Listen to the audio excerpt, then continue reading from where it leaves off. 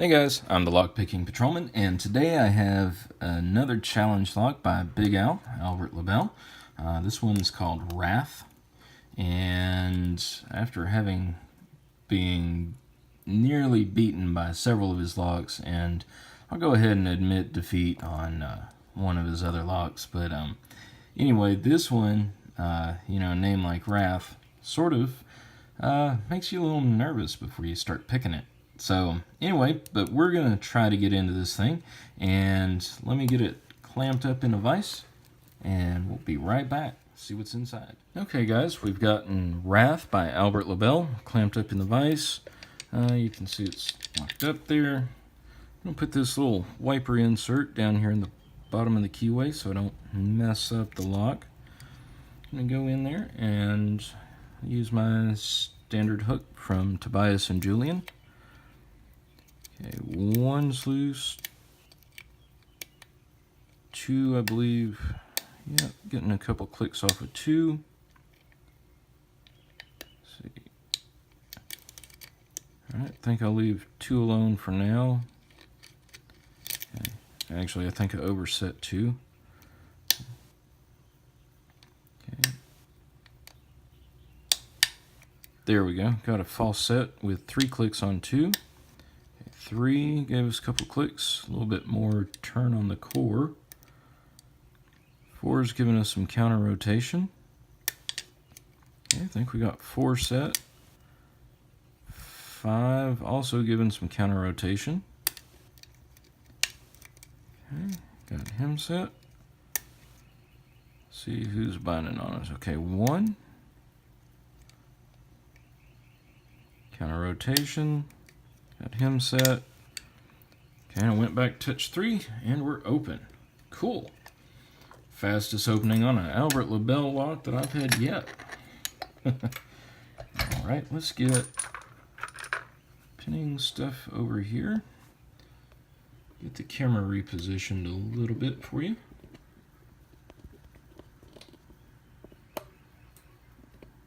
There we go. Sorry about the camera moves. I've got a new camera mount that I'm still sort of getting used to here. I got it so that the bounce wouldn't be as bad if I had to adjust the focus or something. And also it sort of freed up my workroom a little bit. I think one day I'm going to do a video on doing videos. Let's see here. Get these screws out of the back.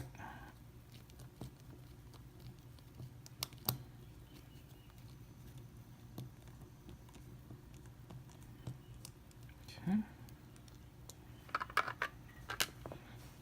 There we go. Let's get a follower. Let's get a shim in here. That way we don't have any unwanted surprises. I didn't feel anything that was really out of character, but you never know.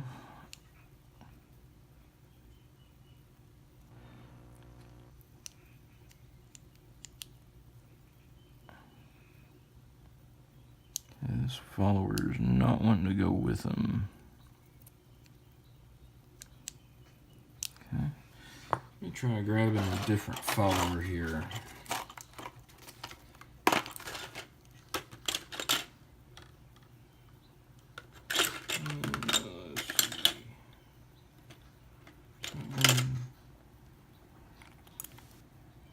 And that one's going to be too big.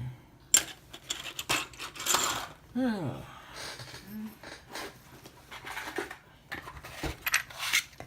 Grab one out of my little field kit.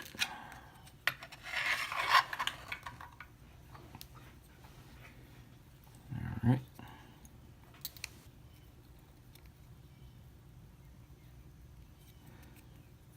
Get that shim just right, so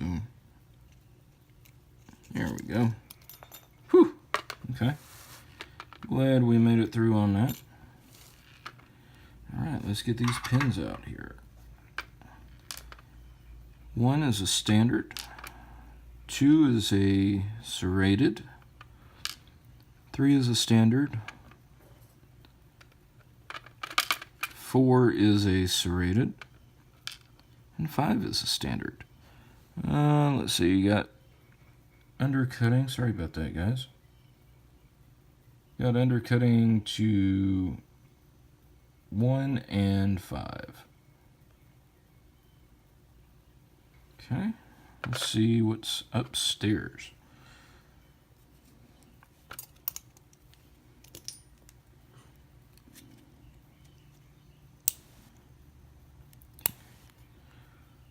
One is a very nice spool, homemade.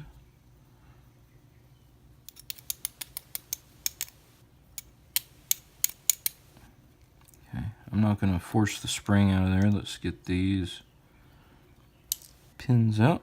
Okay, 2 is a serrated, very nicely done serrated.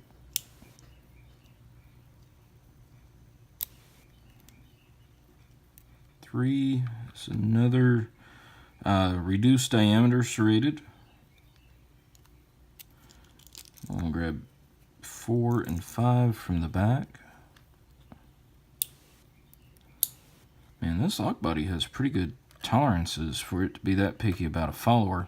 Okay, number 5 is a homemade spool. Number 4, excuse me, is another homemade spool, very deep. Let's see if I can get these springs out real quick. Like I said, I'm not going to force them out. There's 5, copper spring.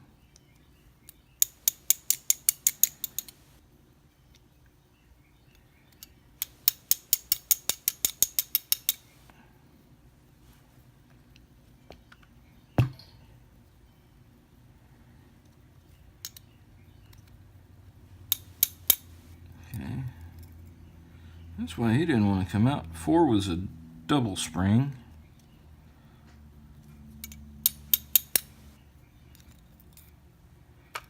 Three, sort of a crooked copper spring. See if we can get 1 to come out now.